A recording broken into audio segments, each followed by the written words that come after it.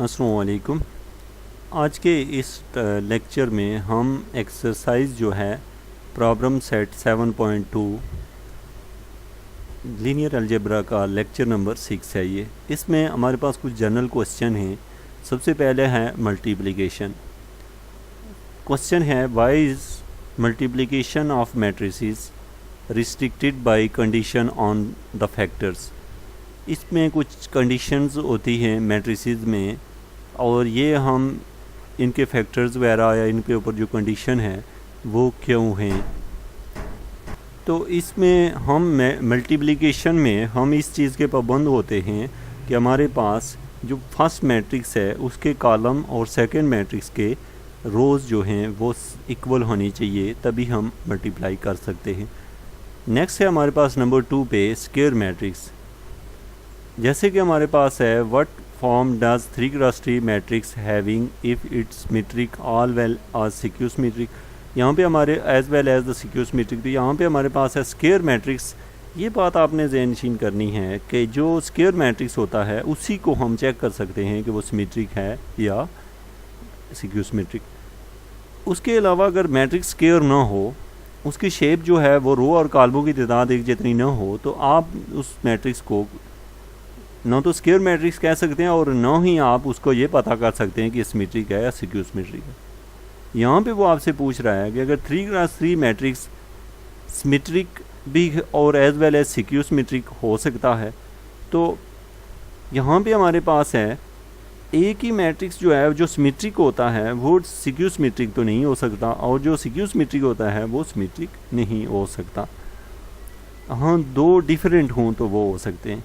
Product of vectors जो है अगर हम लें, यहाँ पे उसने बात की है can every 3x3 matrix be represented by 2 vectors as in example 3।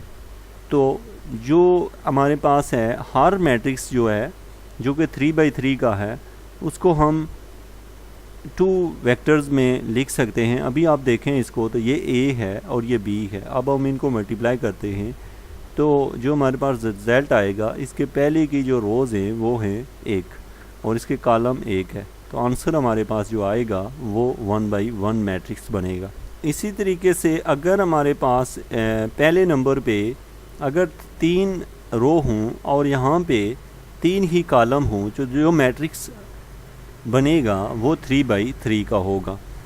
अब है सिक्यू सिमेट्रिक मैट्रिक्स की बात करें तो how many different entries can a 4x4 skew symmetric have an n×n skew symmetric matrix. अब यहाँ पे different entries can 4x4 skew symmetric है मैट्रिक्स है हमारे पास।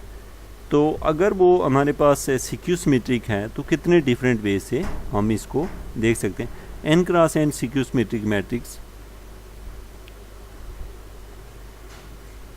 यहाँ पे हमारे पास है some question as in problem 4 for the symmetric matrix.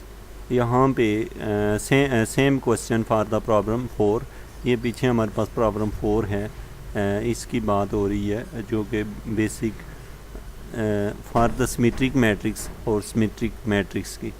Next हमारे पास है ट्रायंगुलर मैट्रिक्स में, यहाँ पे U1 है U2 है, ये अपर ट्रायंगल है और L1 L2 लोअर ट्रायंगल है। तो आप देखें दो U1 U2 मीन 2 अपर ट्रायंगलों को ऐड करोगे मैट्रिक्स को तो दोबारा से अपर ट्रायंगल मैट्रिक्स ही बनेगा। और इसी तरीके से मल्टीप्लिकेशन में आप इसको चेक करें कि जब आप U1 को U2 से मल्टीप्लाई करते हैं, दोनों अपर हों, तो मल्टीप्लाई होने के बाद क्या वो दोबारा से अपर ही आते हैं या नहीं। इसके लिए जर्नल से आप एक छोटी सी एग्जांपल लें और इसको चेक करें। उसके बाद है आइडेम्पोटेंट मैट्रिक्स। उसकी डेफिनेशन ये होती है कि जब आप एक मैट्रिक्स को उसी मैट्रिक्स से मल्टीप्लाई करें तो आंसर दोबारा से वही आए, तो इसको हम आइडेम्पोटेंट मैट्रिक्स कहते हैं। जबकि नीलपोटेंट मैट्रिक्स के अंदर हम लोग जब किसी मैट्रिक्स को उसी मैट्रिक्स के साथ मल्टीप्लाई कर दें, यानी कि हम एक मैट्रिक्स को 10 दफ़ा मल्टीप्लाई करते हैं तो जवाब उसका 0 आता है, तो हम उसको नीलपोटेंट मैट्रिक्स कहते हैं और उसकी नीलपोटेंसी जो है वो 10 होगी। उसके बाद है ट्रांसपोजिशन में हमारे पास है ट्रांसपोज के बारे में आप लोग प्रीवियसली इसको डिस्कस कर चुके हैं। और यहाँ पे नेक्स्ट हमारे पास 11 to 20 जो है क्वेश्चन है, ए बी सी, ए और बी, और ये तीन वेक्टर दिए हुए हैं, तीन मैट्रिक्स हैं, दो वेक्टर्स हैं। अब हम इनको मल्टीप्लाई करें, डिवाइड करें, ये सारे मल्टीप्लाई करें, इनका इन्वर्स ले, ये सारे प्रोसेस जो है सिंपल हैं, इसको आप देख सकते हैं। तो इसमें जो हम नेक्स्ट जो लेक्चर पे आएंगे, यहाँ पे हम हमारा जो नेक्स्ट न्यू चैप्टर होगा वो हम इससे अगले लेक्चर में इसमें देखेंगे। Thank you very much for watching education for all.